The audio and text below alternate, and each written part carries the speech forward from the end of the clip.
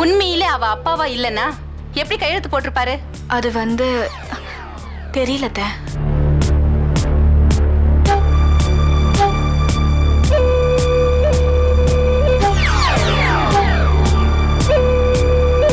என்ன மலைச்சு போய் நின்னுட்டீங்க? மலைச்சி போற மாதிரி நீ விஷயத்த சொல்லிருக்க. அந்த கண்மணி கருப்பு கரசின்னு எல்லாரும் தப்பா நினைச்சிட்டு இருக்காங்க. அவ யோகியதை என்னன்னு இன்னைக்கு எல்லாருக்கும் நிரூபிக்கிற. நான் வரேன்.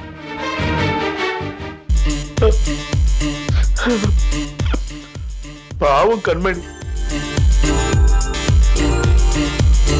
என்ன காக்கா போட்டு கொடுக்கறதையும் போட்டு கொடுத்துட்டு பாவம் கண்மணின்னு பரிதாபப்படுறீங்க? கஜா, அதாண்டா மிக்ஸ்டு ஃபீலிங்ஸ்.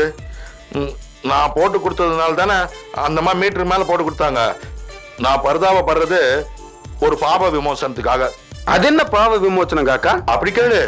நம்ம எவ்வளவு பெரிய பாவம் வேணா செய்யலாம். ஆனா செஞ்சதுக்கு அப்புறம் அடடா இப்படி ஒரு பாவம் செஞ்சிட்டமேன்னு ஃபீல் பண்ணா அந்த பாவம் கேன்சல் ஆயிடும். அது எப்படி காக்கா? அது அப்படிதான். கொன்னா பாவம் தின்னா போச்சு. இன்னைக்கு மத்தியானத்துக்கு லிவர் ஃப்ரை தானே? ஆமா.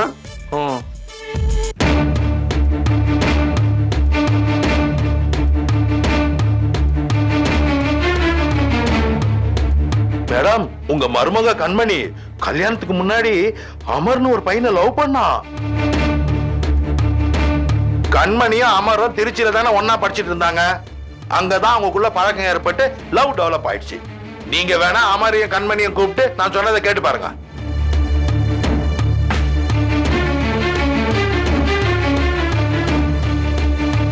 நீங்க வேணா அமரையும் கண்மணியும் கூப்பிட்டு நான் சொன்னதெல்லாம் கேட்டு பாருங்க.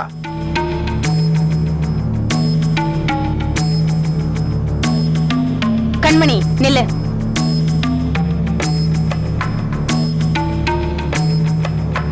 எங்க போற? பூஜை ரூம் கத்த. இன்னைக்கு வெள்ளிக்கிழமை இல்லையா, விளக்கேத்தி பூஜை பண்ணலான்னு. பூஜை ரூம்குள்ள போற தகுதி உனக்கு இல்ல. போடி அந்த பக்கம் போ.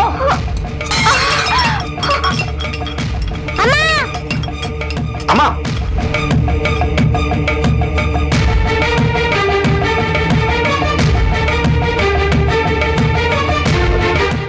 கண்மணி எழுந்துருமா.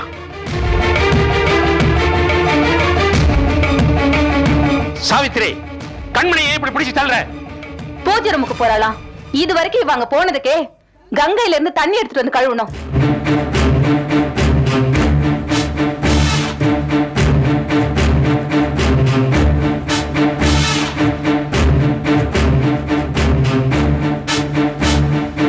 அம்மா, நீ என்ன சொல்ற? இவ என்ன தப்பு பண்ணா? இவ சுத்தம் இல்லாதவப்பா.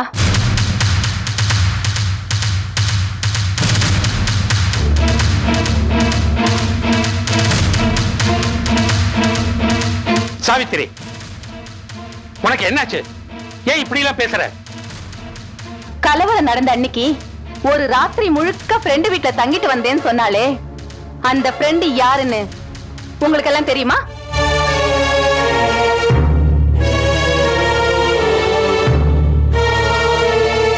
அந்த ஃப்ரெண்டு பேரு அமர். தூரத்து சொந்தக்காரன்னு சொல்லிட்டு இருந்தாலே அந்த அமர். அது அன்னைக்கே எனக்கு தெரியுமே. எனக்கும் தெரியும். அது அன்னைக்கே கண்மணி என்கிட்ட சொல்லிட்டா. அமர் ரொம்ப நல்ல பையம்மா. ஆபத்துக்கு அடைக்கலம் கொடுத்திருக்கான். அதுல என்ன தப்பு இருக்கு? ஓஹோ, அப்ப எனக்கு தெரியாம இந்த வீட்டுல என்னென்னமோ நடக்குது. ஏன் என்கிட்ட சொல்லல? அவசியம் இல்லை, நான் தான் சொன்னேன். Very good. நம்ம குடும்ப கௌரவத்தை கண்மணி கெடுக்கிறதுக்கு அப்பாவும் மகனும் அழகா உதவி செஞ்சிருக்கீங்க. அம்மா, நீங்க என்ன சொல்றீங்கன்னு புரியல. அமர் இவளுக்கு தூரத்து சொந்தம்னு தெரியும். ஆனா ரெண்டு பேருக்கு என்ன உறவுன்னு உங்களுக்கு தெரியுமா? கல்யாணத்துக்கு முன்னாடியே கண்மணியோட காதலனா இருந்தவன் தான் அந்த அமர்.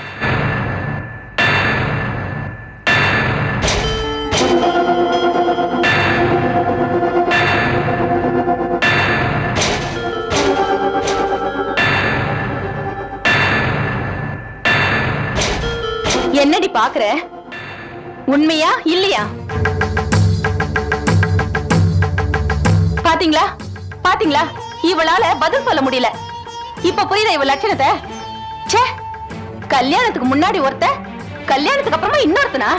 ச்சே.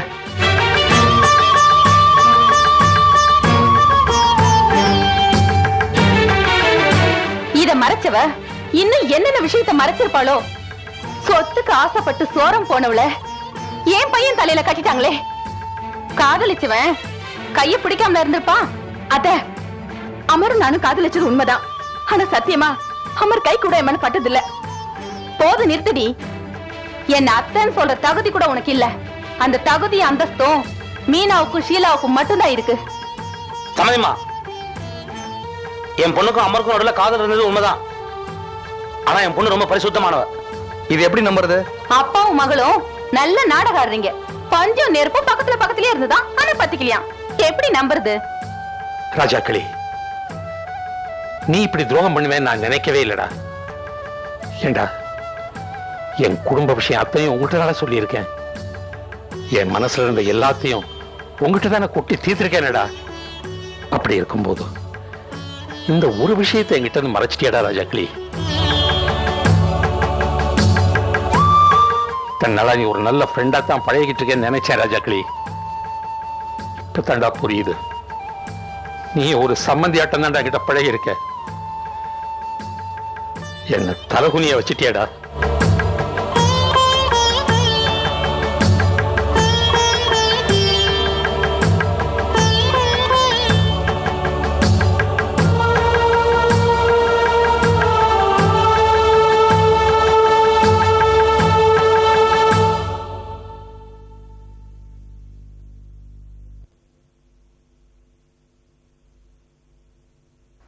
ராஜா கிளி, என்ன சம்மந்தின்னு கூப்பிடாம பேர் சொல்லி கூப்பிடுறேன்னு பாக்குறியா? உனக்கு அந்த தகுதி போயிடுச்சு. சம்பந்தியமா, வேணும்னா இங்க இருக்கிற அத்தனை பேர் காலையும் விட நான் தயாரா இருக்கேன். வீண் பழி சுமத்தி என் பொண்ணோட வாழ்க்கையை பாழாக்கிடாதீங்க. என்ன நான் வீண் பழி சுமத்துறேனா? ஆதாரத்தோட தான் பேசிட்டு இருக்கேன். நான் சொன்னதெல்லாம் உண்மைன்னு உன் பொண்ணு முகமே காட்டுது பாரு. அது மட்டுமா, வெண்ணிலா மேல கண்மணி அளவுக்கு அதிகமாவே பாசம் வச்சா. குழந்தை இந்த வீட்லயே வளர்க்கணும்னு அடம் பிடிச்சா. குழந்தை காணாம போனதும் கோயில்ல போய் பட்டி கிடந்தா. அதே குழந்தை அமருக்கு கிடைச்சதும் அவனும் குழந்தை மேல உயிரியே வச்சான். நான் தான் அப்பான்னு சொல்லி அவளை ஸ்கூல்ல கொண்டு போய் சேர்த்தான்.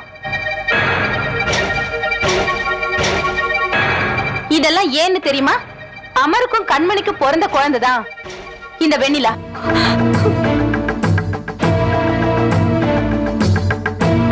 அத்த, இது ரொம்ப அநியாயம். ஏன் எம்எல்ஏ இப்படி நெருப்பள்ளி கொட்டுறீங்க? உண்மைய சொன்னா நெருப்பள்ளி கொட்டுற மாதிரிதான் எரியும். நீயும் அமரும் திருச்சியில தங்கி படிச்சிருக்கீங்க. அந்த 3 வருஷத்துல ஒண்ணு என்ன 2 குழந்தை கூட பெற்றிருக்கலாம்.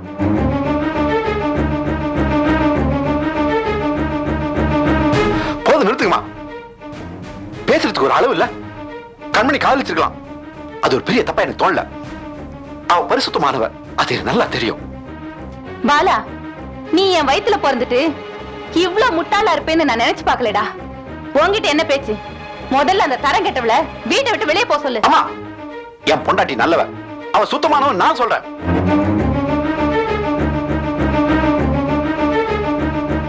டேய், சொல்றேன்ல, வீட்டை விட்டு வெளியே போடி. இங்க பாருங்கம்மா, அவ என் பொண்டாட்டி இங்கதான் இருப்பா. உன் பொண்டாட்டி கெட்டு போனவன்னு தெரிஞ்சு அவ இங்கதான் இருக்கணும்னு நீ நினைச்சினா நீ வெளியே போயிடு. எனக்கு இந்த வீட்டுல உரிமை இருக்கு. நான் இங்கதான் இருப்பேன். என் கண்மணியும் என் கூட தான் இருப்பான். பாலா, கண்மணி இந்த வீட்ல இருந்தா நாங்க யாரும் இங்க இருக்க மாட்டோம். ஆமா, அவங்க இங்க இருந்தா நாங்க எப்படி கௌரவமா இருக்க முடியும்? வெளியில போனா 4 பேர் 4 கேள்வி கேட்க மாட்டாங்க. அதனால நாங்க எல்லாருமே வெளியில போறோம். நீங்க ஏன்டா வெளியில போனோம்? யாருக்கும் புள்ளைய பெத்துட்டு ஏன் வீட்டுல வாழக்கூடாது? இவதான் வெளியே போகணும். அம்மா, கண்மணியோட குழந்தை வெண்ணிலா. இதுக்கு மேல யாரும் ஒரு வார்த்தை பேசக்கூடாது. அவதான் அம்மா, நான் தான் அப்பா. போதுமா? மாமா, என்ன இதெல்லாம்? இது போதும் மாப்பிள்ள. எனக்கு நீங்க எனக்கு தெய்வம். மற்றவங்க என்ன வேணா பேசட்டும், ஆனா என் பொண்ணு கறந்த பாலை விட சுத்தமானவன்றத நீங்க புரிஞ்சுக்கிட்டா அதுவே போதும் மாப்பிள்ள எனக்கு. மாமா, போதும் போதும். இந்த நாடகம்லாம் ரோட்டு மேல வச்சுக்கங்க. உன்னை தெய்வம்னு சொல்லிட்டாருல்ல, நீயும் அவங்களோடவே கிளம்பிடு. ஆனா வெளியில போய் நீ சாவித்திரி குடும்பத்தை சேர்ந்தவன்னு யார்கிட்டயும் சொல்லிடாத. நான் எதுக்கு வெளியே போகணும்? கோகுல், இந்த அசிங்கத்தை பார்த்துட்டு நம்ம இங்க இருக்க வேண்டாம், வா போலாம். இல்ல, எனக்காக இந்த குடும்பம் பெரிய வேண்டாம். நானே போயிடுறேன். போயிடு. என்ன இருந்தாலும் பாலா ஏன் புள்ள, அவனை விட்டுட்டு போயிடு. இல்லம்மா, கண்மணி இல்லாம எனக்கு வாழ்க்கை இல்ல. வெறும் துவைக்கிற கல்லா இருந்த என்ன செதுக்கி சிற்பமா மாத்தினது என் கண்மணி. அவளை சந்தோஷமா வாழ வைக்கிறேன்னா நான் நன்றி கட்டணும் ஆயிடுவேன். கண்மணி, வா போலாம். தாராளமா போ. இப்ப போயிட்டு நாளைக்கு சொத்துக்காக திரும்பி வரக்கூடாது. ஆமா, கண்டவங்களுக்கெல்லாம் நம்ம அப்பா சம்பாரிச்ச சொத்துல உரிமை கொடுக்க முடியாது. உங்க சொத்து எனக்கு தேவையில்ல, எனக்கு என் கண்மணி மட்டும் போதும். வாயில சொன்னா நம்ப முடியாது. இந்த குடும்பத்துக்கு உனக்கு எந்த சம்மந்தம் இல்லைன்னு பத்திரத்துல கையெழுத்து போட்டு கொடுத்துட்டு போ.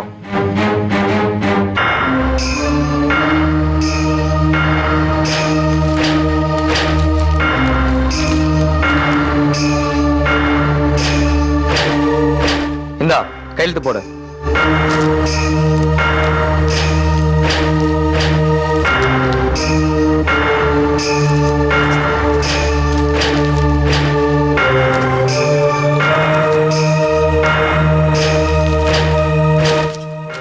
பாசத்தை விட பணம் தான் முக்கியம்னு ரொம்ப தெளிவா புரிஞ்சு வச்சிருக்கீங்க. இனி இந்த ஜென்மத்துல உங்க முகத்துல முடிக்க மாட்டேன். அத இன்னைக்கு நாங்க இந்த வீட்டை விட்டு வெளியே போறோம். ஆனா நிச்சயமா ஒரு நாள் வாய் நிறைய மருமகளையும் கூப்பிட்டு நேத்துப்பீங்க. அந்த அளவுக்கு நான் வாழ்ந்து காட்டுவேன். ஆனா ஒரு விஷயத்த, கல்யாணத்துக்கு முன்னால ஒருத்தனை காதலிச்சா அவ கெட்டு போனவளதான் இருப்பான்னு அளவுக்குள் வச்சா நம்ம உயர்வா பேசுற பொம்பளைங்கல்ல ஒருத்தி கூட தேர மாட்டா. ஒரு நிமிஷங்க.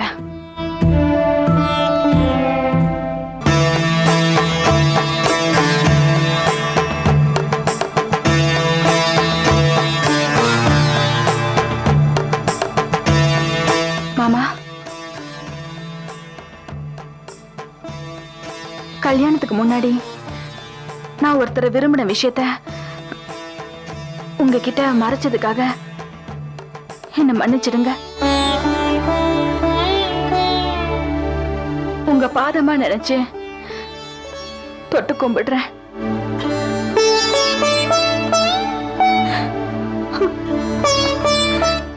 நீங்க என்ன மன்னிப்பீங்கன்ற நம்பிக்கையோட இந்த வீட்டை விட்டு வெளியே போற மாமா.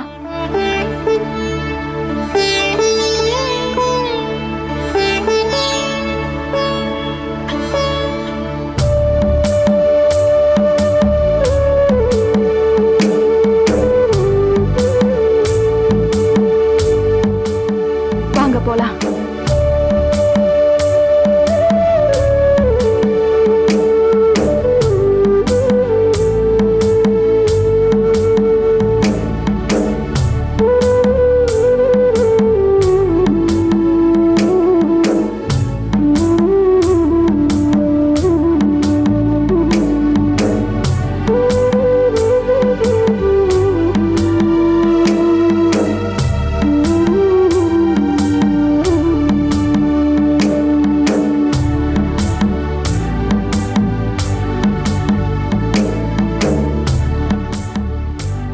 என்னங்க,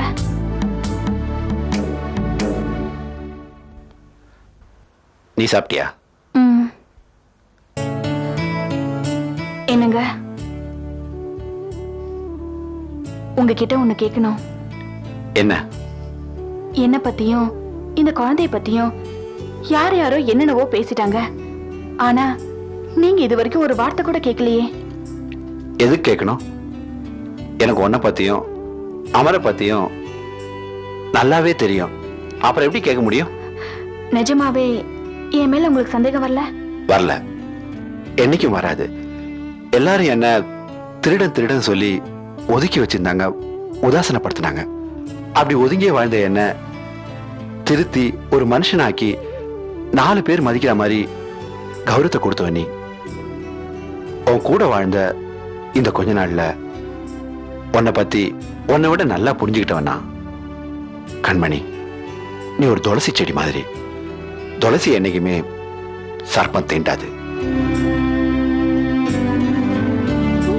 என்னை பொறுத்த வரைக்கும் கண்மணியும் கண்ணகியும் ஒண்ணுதான்.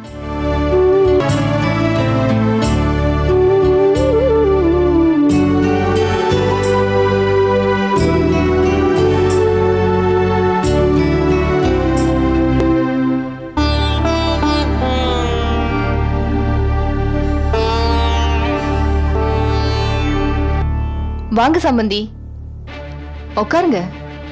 நான் ஒன்னும் உங்க வீட்டுல உட்கார்ந்து விருந்து சாப்பிட வரல. உன் புருஷனை நாக்கப்பிடிக்கிற மாதிரி ஒரு கேள்வி கேட்கணும் தான் வந்திருக்கேன். சோமு, கூப்பிடாதடா அப்படி. என் பேரை சொல்ற யோகியதை கூட உனக்கு கிடையாது. பாவி பாவி, உன்னைய சம்பந்தியாவட பார்த்தேன். என் உயிருக்கு மேலான ஃப்ரெண்டா தானடா நினைச்சுக்கிட்டு இருந்தேன்.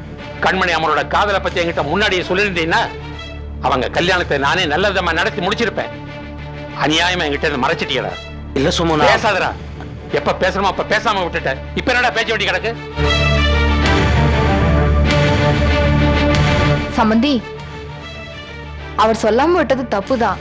அதுக்காக தயவு செஞ்சு கண்மணியை சந்தேகப்படாதீங்க. சச்சா, கண்மணி மேல எனக்கு இமையளவு கூட சந்தேகம் கிடையாதுமா. அந்த கடவுளை நேரம் வந்த கண்மணியை பத்தி தப்பா சொன்னா கூட நான் நம்ப மாட்டேன். எனக்கு இருக்கிற வருத்தம் எல்லாம் இப்படிப்பட்ட விஷயத்தை எப்படி வேணாலும் என்கிட்ட இருந்து மறைக்க முடிஞ்சதுங்கிறதாம்மா. என்னடே, என்னைக்கான என் குடும்ப விஷயத்தை உங்ககிட்ட சொல்லாம இருந்திருக்கேனா? எந்த விஷயமா இருந்தாலும் முதல்ல உங்ககிட்ட தானடா வந்து சொல்லுவேன். அந்த மனசு ஏண்டா உங்ககிட்ட இல்லாம போயிருச்சு. நீ விஷயத்தை மறைச்சு துரோகம் பண்ணினது என் குடும்பத்துக்கு இல்லடா, எனக்கு. நம்ம நட்புக்கு துரோகம் பண்ணிருக்க. இந்த சோமசேகரால உலகத்துல எவ்வளவு பெரிய தோல்வியை கூட தாங்கிக்க முடியும். ஆனா ஒரு சின்ன துரோகத்தை கூட தாங்கிக்க முடியாது. அதனால நான் ஒரு முடிவுக்கு வந்துட்டேன்.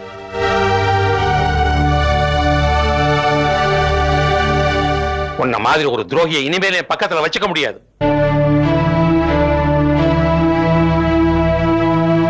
உனக்கு பதிலா வேறொரு டிரைவரை வேலைக்கு வச்சுட்டேன். உன்னோட பிஎஃப், கிராஜுவிட்டி, சம்பள பாக்கி எல்லாத்தையும் கணக்கு பார்த்து கொண்டு வந்திருக்கேன். அதோட உன்னோட வீட்டு பத்திரத்தையும் கொண்டு வந்திருக்கேன், வாங்கிக்க. வீட்டு பத்திரமா? யோசிக்காத. சும்மா கொடுத்தா நீ வாங்கிக்க மாட்டேன்னு தெரியும். அதனால இந்த தொகையிலிருந்து நீ எனக்கு கொடுக்க வேண்டிய 13,000 கழிச்சுக்கிட்டு தான் கொடுத்திருக்கேன், வாங்கிக்க.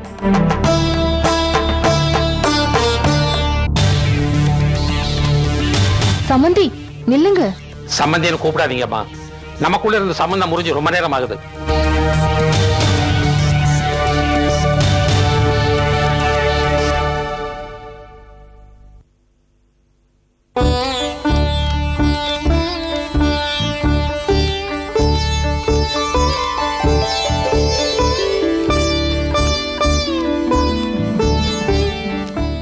வணக்கம் சார். அடடே, ராஜாக்களே எப்படி இருக்கீங்க? ஆளே பார்க்க முடியல. ஊர்ல தான் இருக்கீங்களா? ஊர்ல தான் சார் இருக்கேன். ஆனா உங்களை பார்க்கக்கூடிய சந்தர்ப்பம் வரல, தப்பா நினைச்சுக்காதீங்க. நோனோ. அப்புறம் உங்க ஃபேமிலி எப்படி இருக்கு? பசங்களாம் நல்லா இருக்காங்களா? எல்லாம் நல்லா இருக்காங்க சார். ஏதோ லைஃப் அப்படியே உருண்டு புரண்டு போயிட்டு இருக்கு. நீங்க நல்ல மனுஷன்.